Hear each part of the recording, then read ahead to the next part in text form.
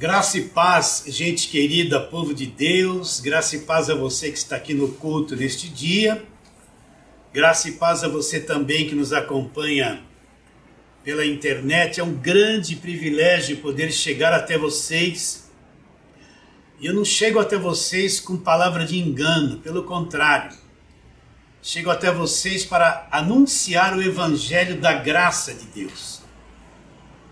Você já sabe onde começa o evangelho da graça de Deus? Geralmente a gente tem a Bíblia inteira. Então a gente pensa que o evangelho é a Bíblia inteira. Então eu misturo o Velho Testamento com o Novo Testamento. Eu tenho uma queda mais para pregar o Velho Testamento, porque tem muito material para ser pregado na história do povo judeu, no judaísmo. E na mente das pessoas a gente pensa que evangelho essa mistura toda, mas não é. O evangelho começa da cruz para frente. Eu repito muito isso, você vai se cansar de me ouvir falar isso. O evangelho começa quando Jesus na cruz diz: está consumado, e ele morre ali, derrama o sangue dele ali, e na ceia ele disse o quê? Este cálice é o Novo Testamento no meu sangue. Então aquele sangue do Senhor Jesus Cristo derramado na cruz do Calvário, ele é o Novo Testamento, vai ser estabelecida a nova aliança no sangue de Jesus. Então o evangelho começa da cruz para frente. É aí que começa o evangelho, e principalmente o evangelho da graça revelado nas cartas do apóstolo Paulo. Foi por isso que Paulo disse em Romanos capítulo 1, verso 16 e 17, ele diz: eu não me envergonho do evangelho. Por quê? Agora ele revela uma coisa extraordinária. Ele fala, o evangelho, repara bem, quando Paulo fala evangelho, Paulo sabe que o judaísmo não é evangelho, que o Velho Testamento não é evangelho, que os 7 mergulhos de Naamã não é evangelho, que a história de Gideão não é evangelho. Paulo tem bem definido isso dentro dele. Quando Paulo fala que o evangelho é o poder de Deus, ele sabe que o evangelho começa na morte do Senhor Jesus dali para frente. Então ele fala, eu não me envergonho do evangelho, porque o evangelho é o poder de Deus. O que é o poder de Deus? É o evangelho. Então o poder de Deus é um conhecimento, não esqueça isso. Quando eu era pentecostal, eu achava que o poder de Deus era tremer, gritar, me entortar. Oh glória, tudo na glória, né? E se não tivesse isso, eu não tinha o poder de Deus. Mas quando eu entendi o evangelho, descobri que o poder de Deus é um conhecimento que vem na minha mente, que me esclarece. O poder de Deus é uma sabedoria que chega até mim e me tira o véu do coração e me faz enxergar coisas admiráveis. O evangelho é um conhecimento que chega a mim, e quando eu entendo, ele me é revelado. Esse conhecimento traz um poder na minha vida, um poder para salvação, que me salva, que me mostra tudo aquilo que Jesus Cristo fez na cruz e que me salva por completo. Então Paulo fala, ele não está dizendo que a lei é o poder de Deus para a salvação. Ele não está dizendo que o judaísmo é o poder de Deus para a salvação. Ele está dizendo que o evangelho, as boas notícias que começaram da cruz para frente, esse é o poder para a salvação de todo aquele que acredita. Então esse é o objetivo deste ministério, é pregar este evangelho da graça de Deus, ter como centro o Cristo crucificado, que aconteceu na cruz, e depois o que foi revelado da cruz para frente. E eu tenho o privilégio de poder chegar até você para falar essas coisas insondáveis do evangelho da graça de Deus. Nós vamos à palavra de hoje. Primeira carta de Paulo a Timóteo, deixa eu abrir aqui, primeira carta de Paulo a Timóteo, capítulo de número 2, nós vamos ler ali uma coisa interessante. Do verso 15, ou melhor, do verso 5 até o verso 7. Primeira carta de Paulo a Timóteo, versos 5 a 7. Preste muita atenção, você tem que ler e entender. Ele diz: porquanto há um só Deus e um só mediador entre Deus e os homens. Quem é esse mediador? Ele fala lá, Cristo Jesus, homem. O que ele fez? O qual a si mesmo se deu em resgate por todos, testemunho que se deve prestar em tempos oportunos. Por isso fui designado pregador e apóstolo, afirmo a verdade e não minto. Mestre de quem? Dos judeus ou dos gentios? Mestre dos gentios na fé e na verdade. Paulo é um conhecedor do Evangelho da Graça de Deus.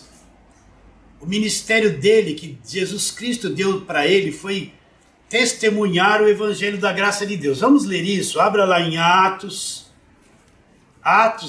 capítulo de número 20, vamos lá. Eu tenho que situar você bem nesta posição e naquilo que Paulo fala. Atos capítulo 20, verso 24, Paulo fala uma coisa extraordinária. Ele diz: porém em nada considero a vida preciosa a mim mesmo, contanto que complete a minha carreira. Olha, Paulo teve uma carreira. E o ministério que recebi do Senhor, o ministério que ele recebeu do Senhor.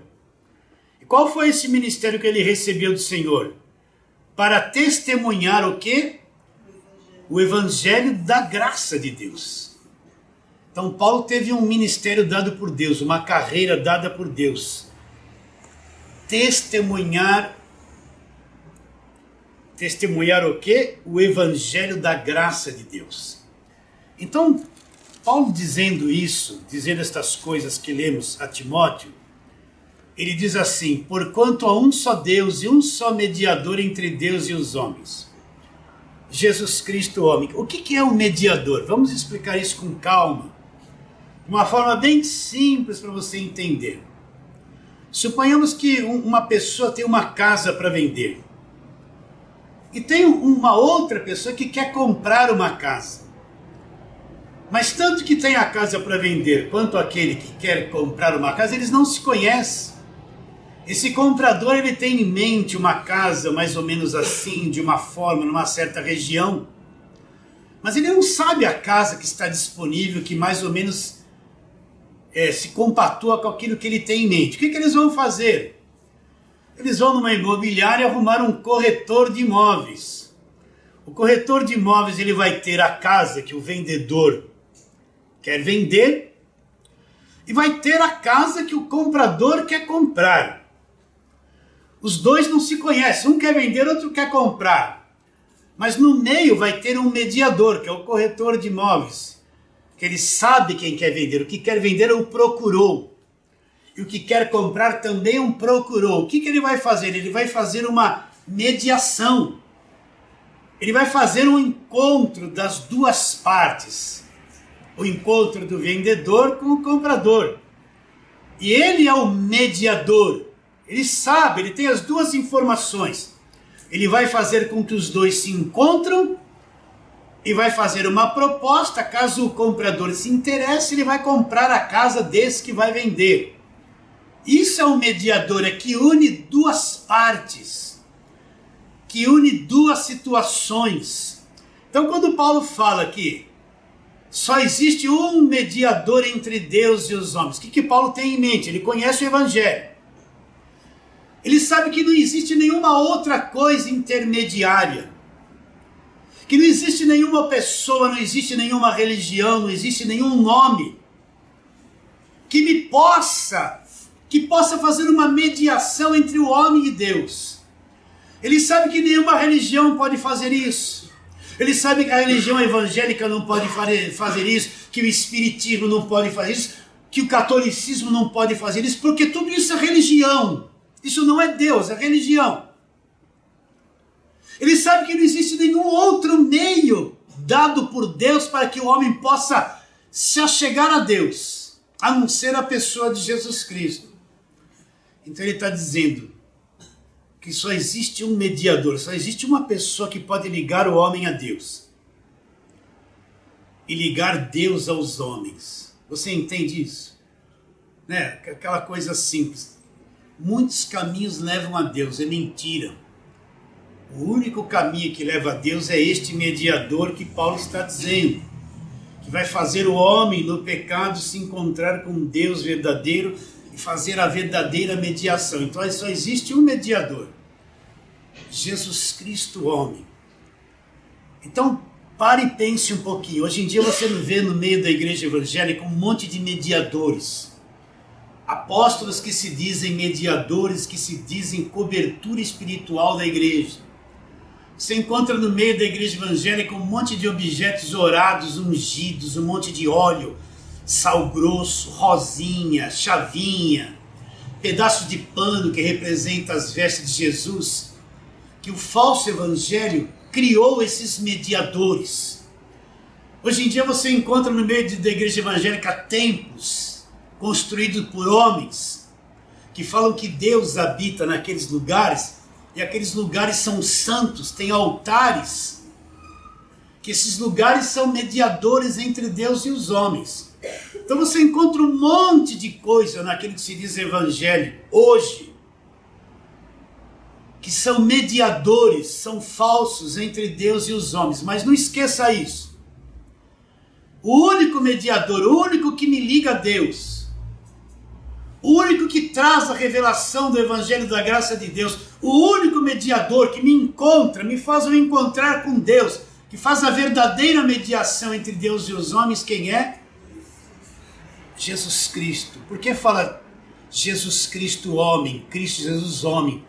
Sempre quando você vê este detalhe, que Cristo se referiu a ele como filho do homem, o homem, é sempre para mostrar que ele foi humano, ele teve um lado humano, ele foi homem. E através do seu sacrifício perfeito, ele pôde estabelecer a nova aliança. O único mediador entre Deus e os homens, Jesus Cristo, olha lá, homem. Porque um dia Deus se fez carne, ele assumiu uma forma humana, ele se humanizou, se tornou o Cordeiro de Deus que tira o pecado do mundo, foi para a cruz, que quitou a nossa dívida, aniquilou e destruiu o pecado pelo sacrifício da sua carne. Então é só esse é o verdadeiro mediador. Nenhum pastor é mediador entre eu e Deus, nenhum apóstolo, nenhum templo, nenhuma igreja. Você aceita isso? São mediadores entre os homens e Deus. O único mediador é Jesus Cristo, homem. E ele é o mediador da nova e eterna aliança. Você poderia perguntar, pastor, mas e na velha aliança? É isso que eu quero que você entenda. Existiu um mediador também na velha aliança? Existiu, é sobre isso que nós vamos falar e fazer um paralelo da velha e da nova aliança para que você entenda com mais clareza o que é o Evangelho da graça de Deus. Então vamos lá, Gálatas capítulo de número 3, vamos lá encontrar o mediador da lei, o mediador da velha aliança. Então Gálatas capítulo de número 3, nós vamos ler do verso 19 até o verso 22. Gálatas 3, versos 19 a 22. Vou ler. Qual, pois, a razão de ser da lei? Paulo começa fazendo uma pergunta.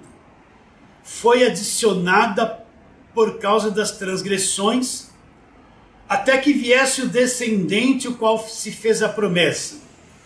Foi promulgada por meio de anjos, pela mão de um mediador. Ora, o mediador não é de um, mas Deus é um. É porventura a lei contrária às promessas de Deus? De modo nenhum.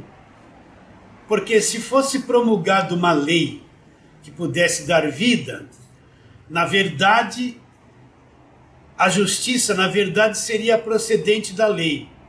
Mas a Escritura encerrou tudo sob o pecado para que, mediante a fé em Jesus Cristo, fosse a promessa concedida aos que creem. Qual a razão de ser da lei? Por que a lei foi dada? Para nós vermos o mediador. Por que Deus disse assim, não matarás, não cobiçarás a mulher do próximo, não sejas mentiroso? Filho, obedeça ao teu pai e à tua mãe. Por que a lei foi dada? A lei foi dada para revelar a natureza humana, essa natureza caída, corrompida, estragada, depravada. Você já descobriu que a raça humana é uma raça estragada? Que todos nós somos estragados e nascemos estragados? A natureza humana é uma coisa corrompida, ela é contrária a Deus.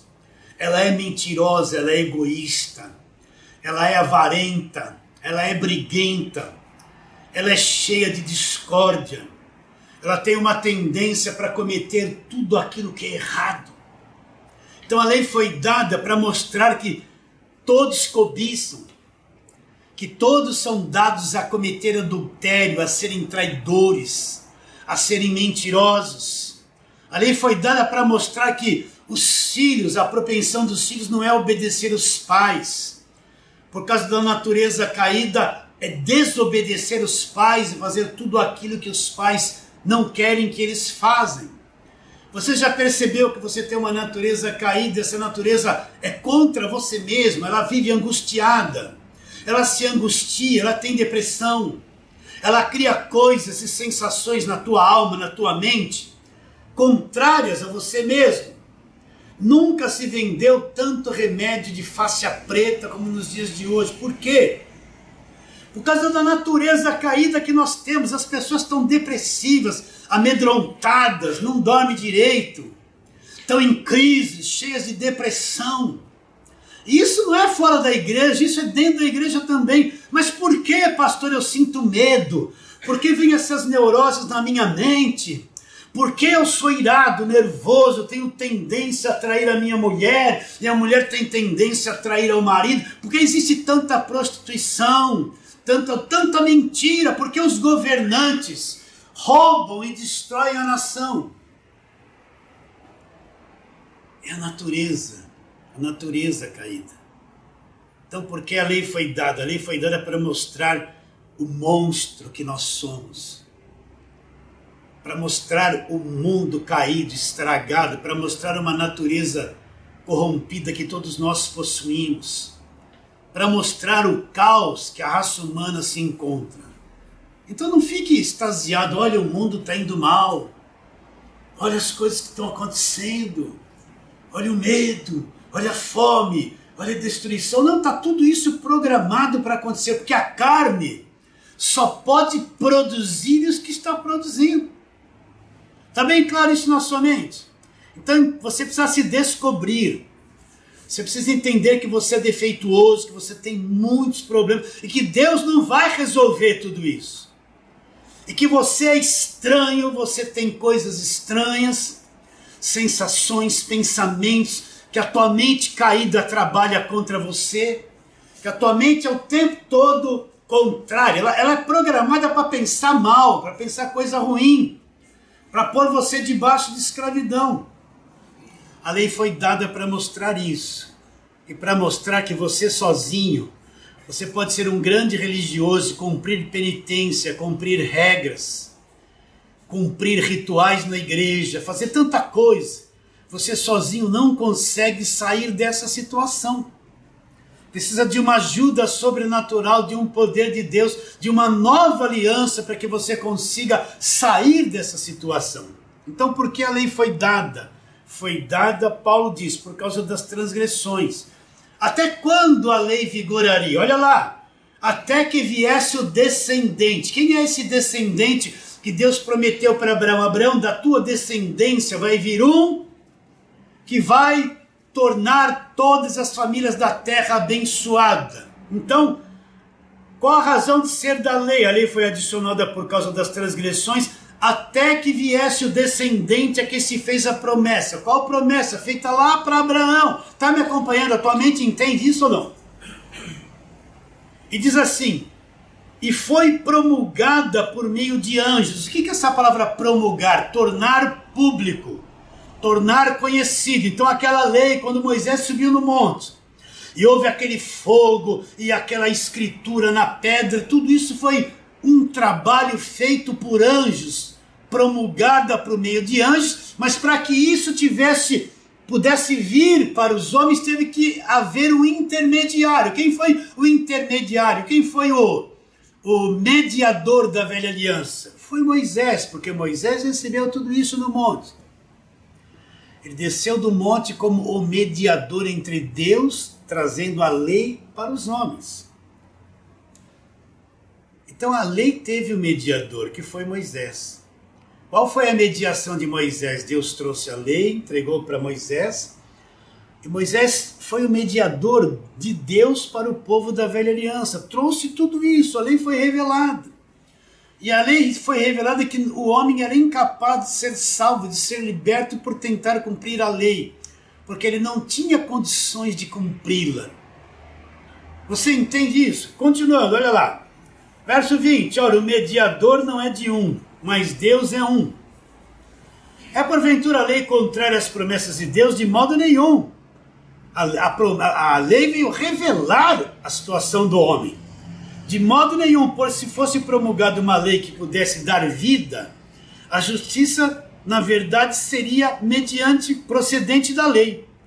Agora, o que a lei mostrou? Olha lá, mas a escritura, que é a lei, quando Paulo fala que escritura, não tinha nada do Novo Testamento escrito, não tinha nada da nova aliança escrita, era um começo do evangelho. Então Paulo fala, mas a escritura, que foi a lei, encerrou tudo sob o pecado para que mediante a fé em Jesus Cristo, lá no futuro, fosse a promessa concedida a quem? Concedida aos que creem. Agora vamos lá, segunda carta de Paulo aos Coríntios. Vamos ver o que Paulo fala a respeito da lei, para a gente depois explicar o mediador da nova aliança e o que aconteceu. Então, segunda carta de Paulo aos Coríntios, capítulo 3. Vamos ler alguns versos ali. A partir do verso de número 5. Não que por nós mesmos sejamos capazes de pensar alguma coisa, como se partisse de nós. Pelo contrário, a nossa suficiência vem de onde? De Deus. O que Paulo está dizendo? Não brota da sabedoria do homem, não é porque o homem quer. O homem não é capaz de entender a nova aliança por si mesmo. O homem não é capaz de produzir a sua própria salvação. Ele fala, não, olha, eu vou ler de novo, não que por nós mesmos sejamos capazes de pensar alguma coisa como se partisse de nós, pelo contrário, a nossa suficiência vem de Deus, o qual nos habilitou para quê? Para sermos ministros de uma nova aliança, não da letra, mas do Espírito, porque a letra mata. Então, ele nos habilitou para sermos ministros do quê? De uma nova aliança. Nós, os pregadores, somos ministros de uma nova aliança. A igreja é ministra de uma nova aliança. A igreja não é ministra do Velho Testamento, a igreja não ministra a lei. A igreja não tem Moisés como mediador. Moisés foi um mediador da velha aliança. Está bem claro isso na sua mente? Então nós somos ministros de uma nova aliança.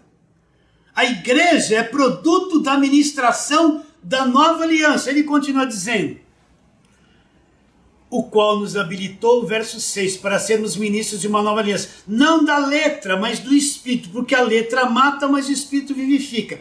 Que letra é essa que mata? A letra gravada com pedra, em pedras, a letra da lei. Olha que Paulo explica. E se o ministério da morte, como Paulo via a mediação de Moisés, o que trouxe a lei, olha lá.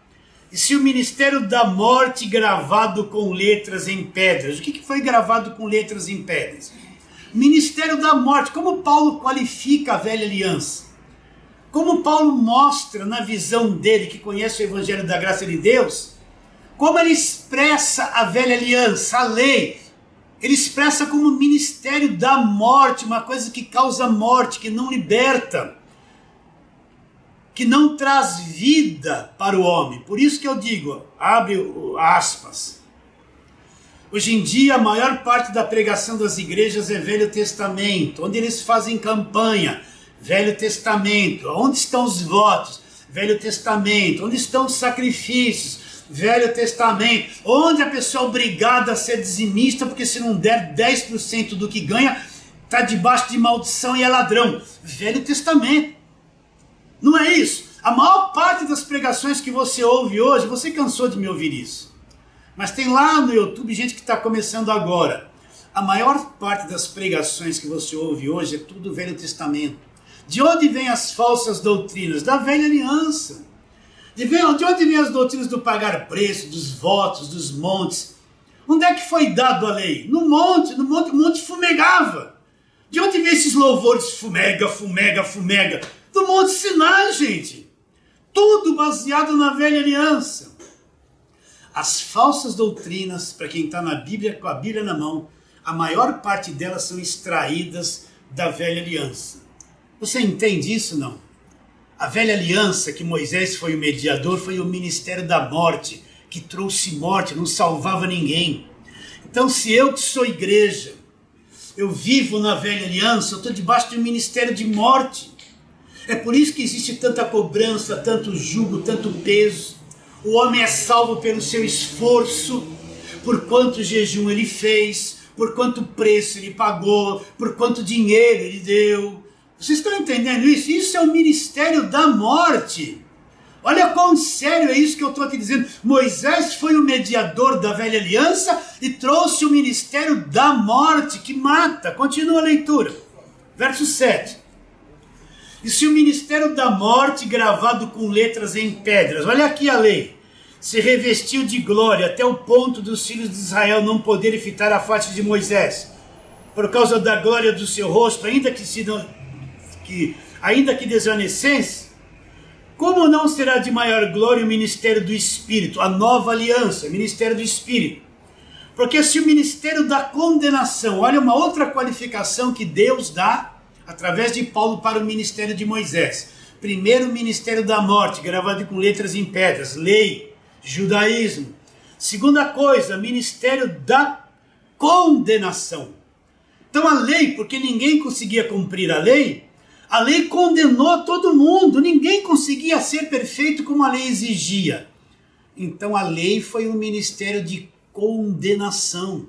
É por isso que todos esses que estão debaixo da lei da velha aliança, eles não têm certeza de salvação, eles perdem a salvação todo dia, eles vivem em guerra todo dia, eles não sabem, não têm convicção que são salvos, porque sempre as pregações que vêm da velha aliança causam medo, causa peso, causa dor, causa cobrança, causa jugo. Tudo isso, Moisés foi o mediador. Agora, vamos pular algumas coisas. Verso 12. Tendo, pois, tal esperança, que é a esperança da nova aliança, servimos-nos de muita ousadia no falar.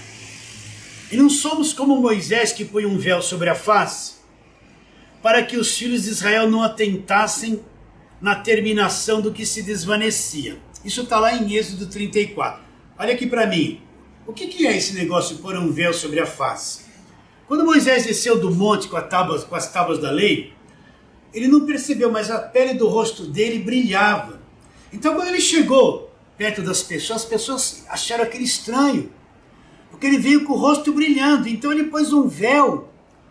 Quando ele ia falar com as pessoas, ele punha um véu, porque as pessoas ficaram com medo daquele brilho na face de Moisés. Mas o que aconteceu?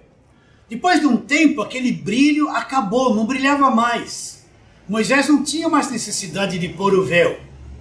Ele tinha que tirar o véu, mas não sei se ele achou interessante aquele brilho, aquela situação toda. Ele continuou pondo o véu, ainda que o rosto dele não brilhava mais, e o povo ficou com aquela impressão de que o brilho continuava, mas o brilho teve um período de validade e acabou. É isso que Paulo está explicando, que a lei teve um período de brilho. A lei teve um período de vigência, de validade. Assim como acabou o brilho do rosto de Moisés, ele não precisava mais pôr o véu, ele continuou pondo.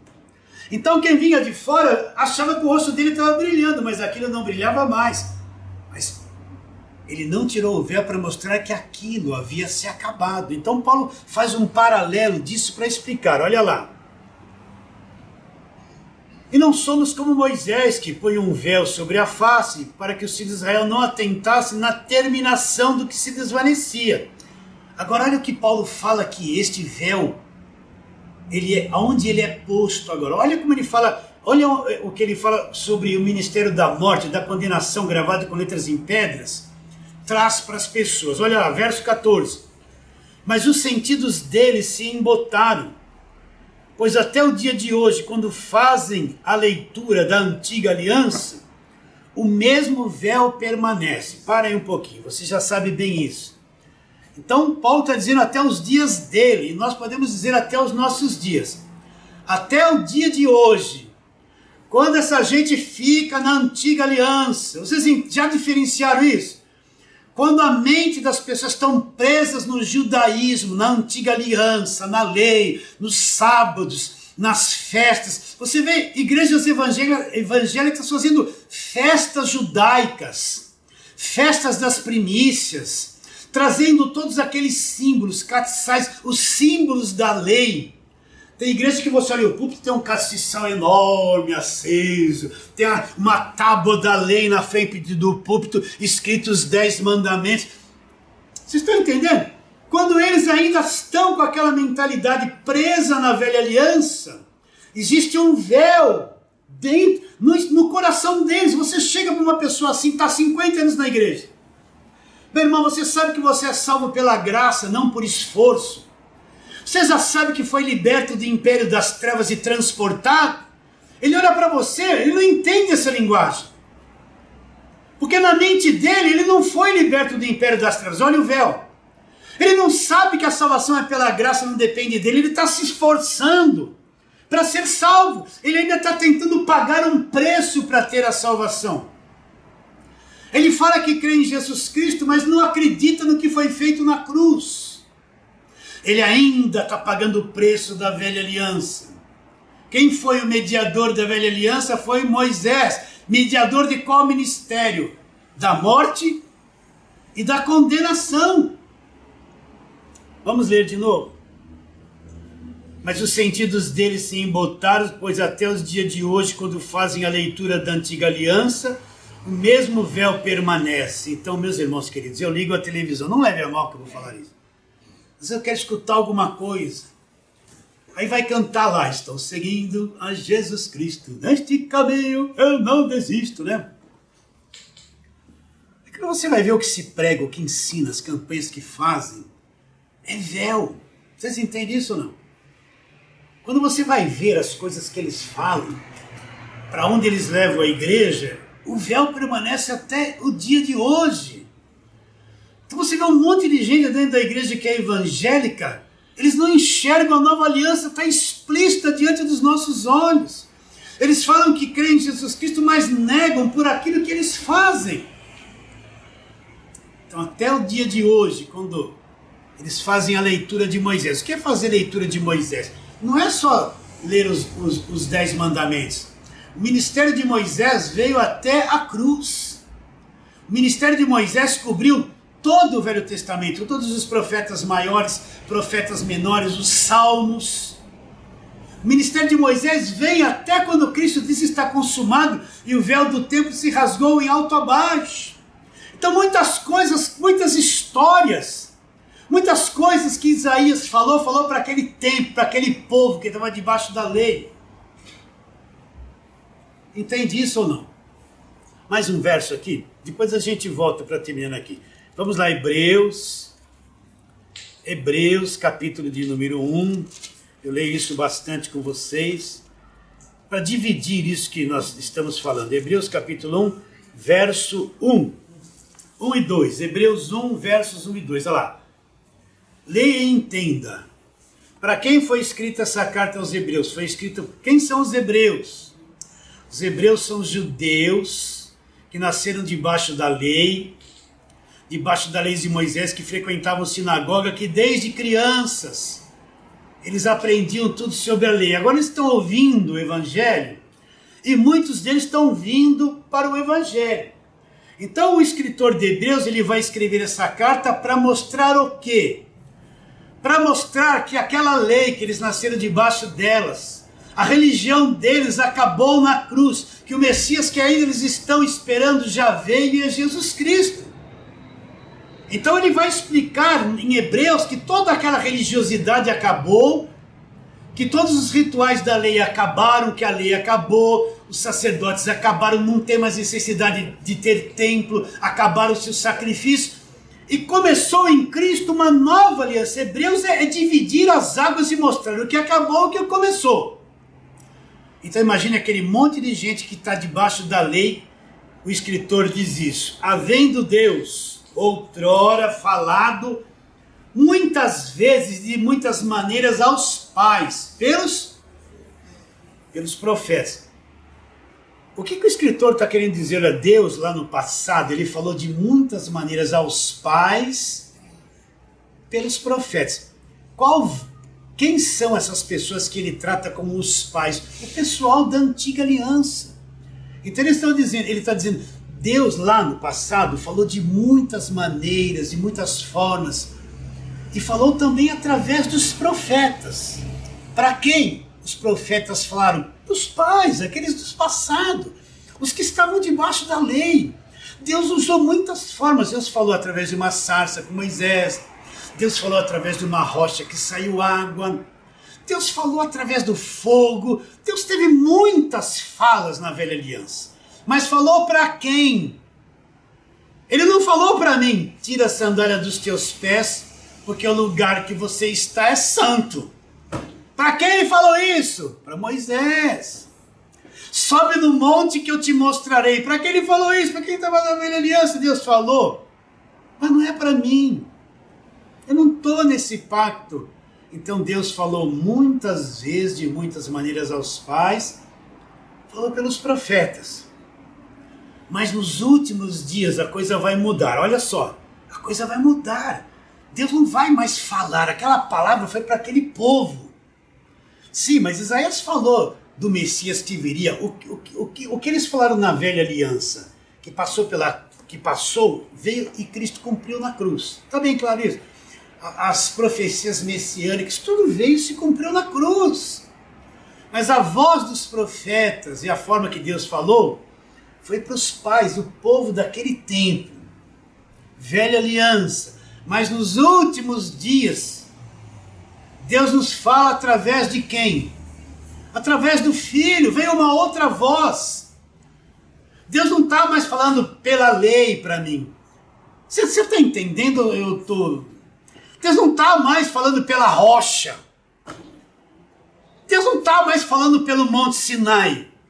E muito menos pelas tábuas da lei. Aquilo... Moisés foi o mediador desse ministério, não é Jesus Cristo. Jesus Cristo não é mediador da velha aliança. Então aquela voz de Deus, a forma de Deus falar, acabou. O que você veio pentecostal? Eu fui pentecostal, posso falar isso. É a mesma coisa. Eis que te digo, assim diz o Senhor, Deus manda te dizer. De onde vem essas expressões? Procura nas cartas de Paulo se tem uma expressão dessa. Toda essa profetada pentecostal usa a linguagem do Velho Testamento. Eis que te digo, assim diz Jeová. Né? Não é a mesma coisa? É ou não é? É a mesma linguagem antiquada que já acabou na cruz. Mas como Deus fala no tempo do fim, aí está a divisão de você entender ou não. Nos últimos dias Deus nos falou pelo Filho. Qual é a voz do Filho? A voz do Filho é a história de Gideão. A voz do Filho é a história de José. A voz do Filho é os 7 mergulhos de Naamã. Não! A voz do Filho é o Evangelho da graça de Deus. Essa é a voz do Filho falando nos últimos dias. Então vamos ler de novo. Havendo Deus outrora falado muitas vezes e de muitas maneiras, passado aos pais pelos profetas, ponto e vírgula. Jesus Cristo vem, vai para a cruz, estabelece uma nova aliança, vem uma nova voz, vem um novo ensino, vem uma nova aliança, vem a voz de Jesus. Nos últimos dias, Deus agora nos fala como? Pelo Filho. Deus nos fala como? Pelo Filho. É a voz de Jesus, é o Evangelho da graça de Deus, é as cartas de Paulo. Estamos anulando, dividindo a Bíblia. Não, a Bíblia é um todo, mas eu preciso saber no meio da Bíblia o que é Evangelho, o que começou e o que acabou. O que é e o que não é. O que o próprio Deus terminou E o que próprio Deus fez se iniciar. A nova aliança no sangue de Jesus se inicia da cruz para frente. E a velha aliança, baseada em sangue de animais, cujo o mediador foi Moisés, acabou na cruz. Acabou! Então não posso mais viver debaixo do ministério da morte e do ministério da condenação. E não tem que guardar mais sábados. Não adianta insistir comigo pelo WhatsApp que tem que guardar sábado. Acabou o sábado na cruz também. O sábado não foi dado para a igreja, foi dado para o judeu. A igreja nem existia ainda. Então nos últimos dias nos falou como?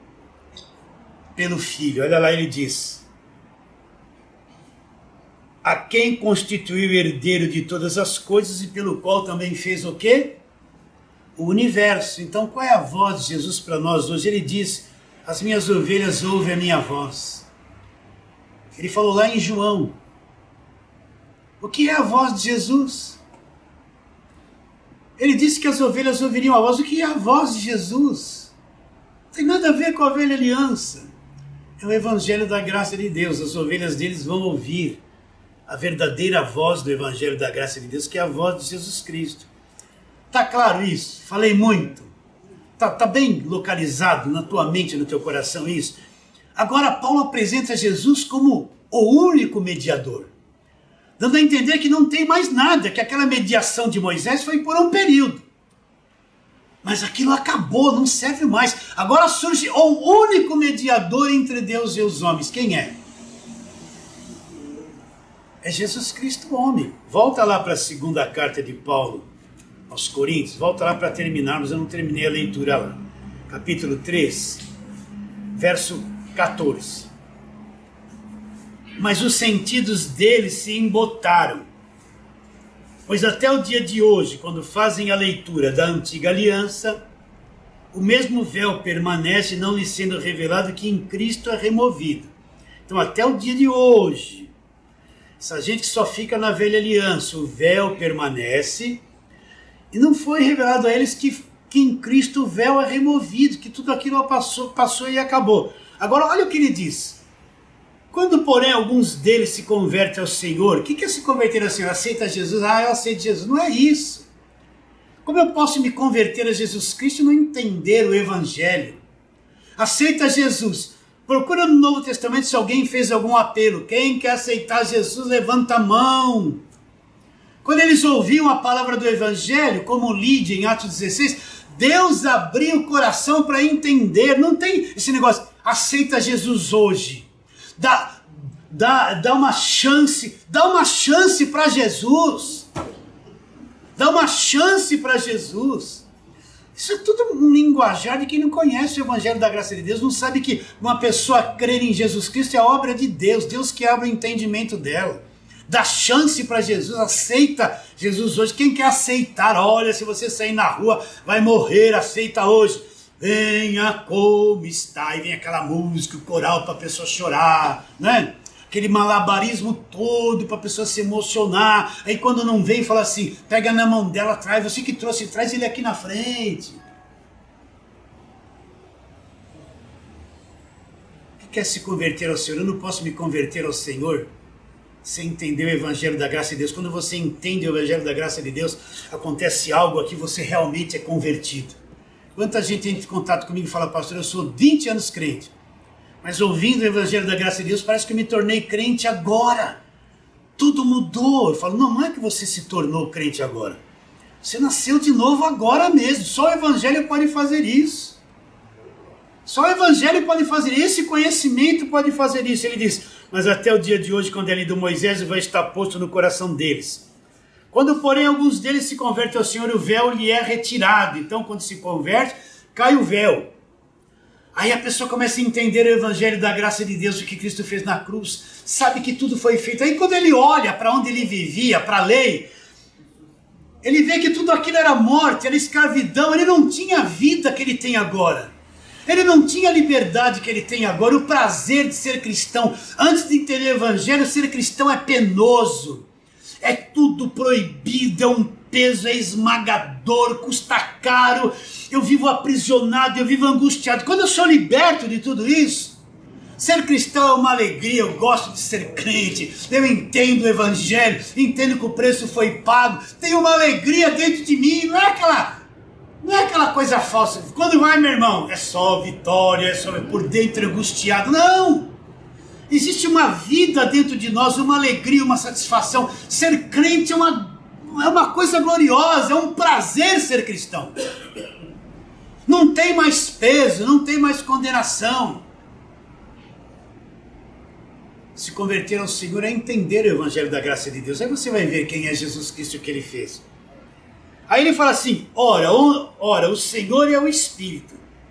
E onde está o Espírito do Senhor, aí a liberdade. Quando era pentecostal, a gente falava assim, onde está o Espírito do Senhor, a liberdade. Então vamos gritar, pular, virar cambalhota, porque isso é liberdade. Aí a gente olhava para as igrejas que era tudo mais sério, mais equilibrado, é tudo frio, era tudo crente frio, estão tudo perdidos. Você já passou por isso? Condenava todo mundo. Mas essa liberdade que ele está dizendo aqui não é liberdade de gritar, pular, bater palma ou deixar de bater no... É liberdade do quê? Liberdade da lei.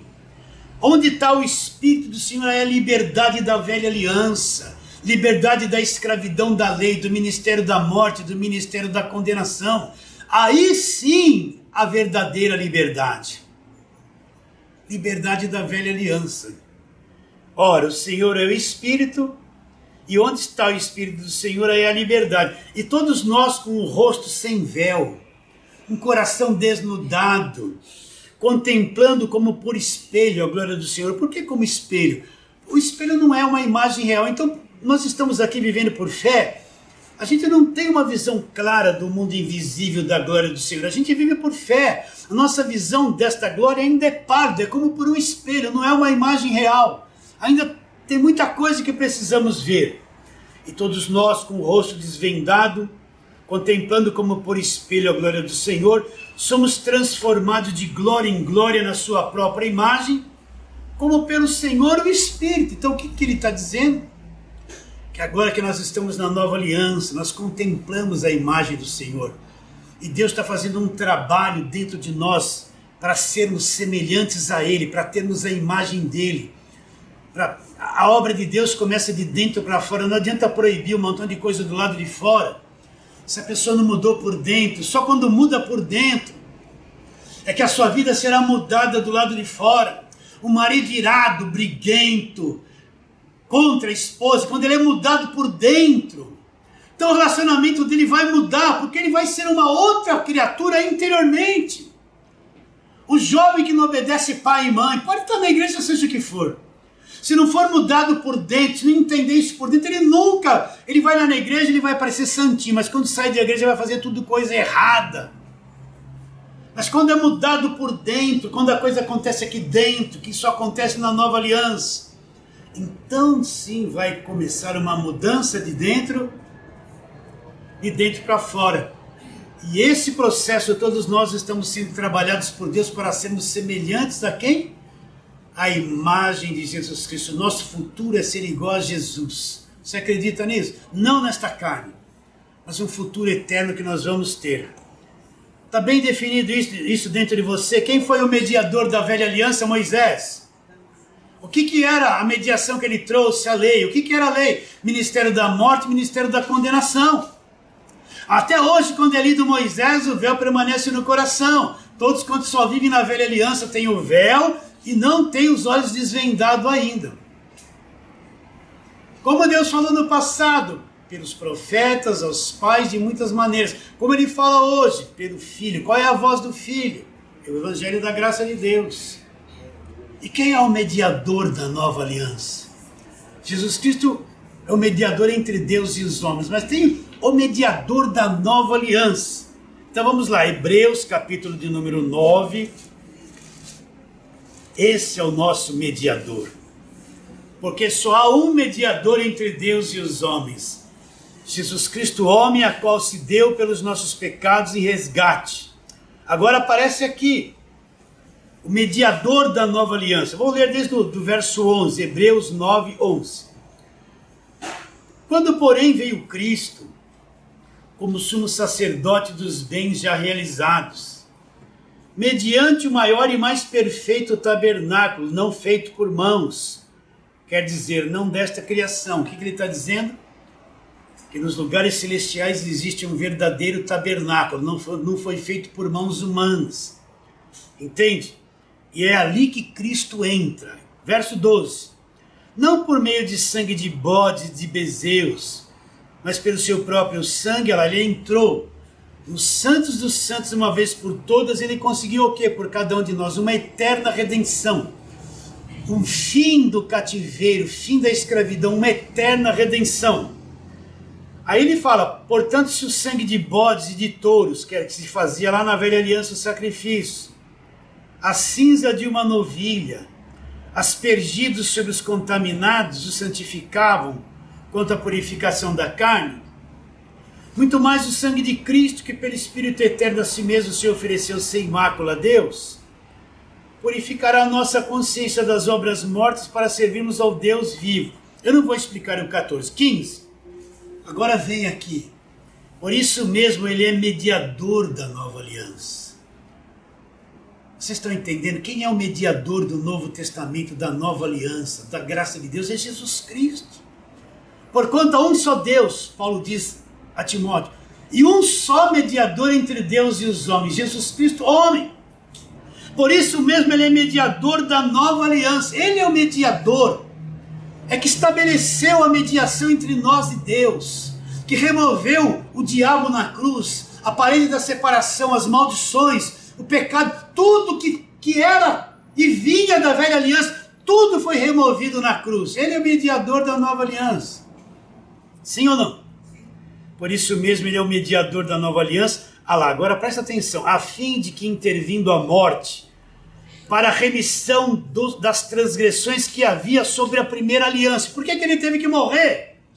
Para remover toda a acusação da lei, para remover toda a culpa que a lei trazia sobre nós, para remover todas as maldições, todo o peso de condenação. Cristo morreu e removeu e pôs um fim na lei. Acabou a condenação. Acredita nisso?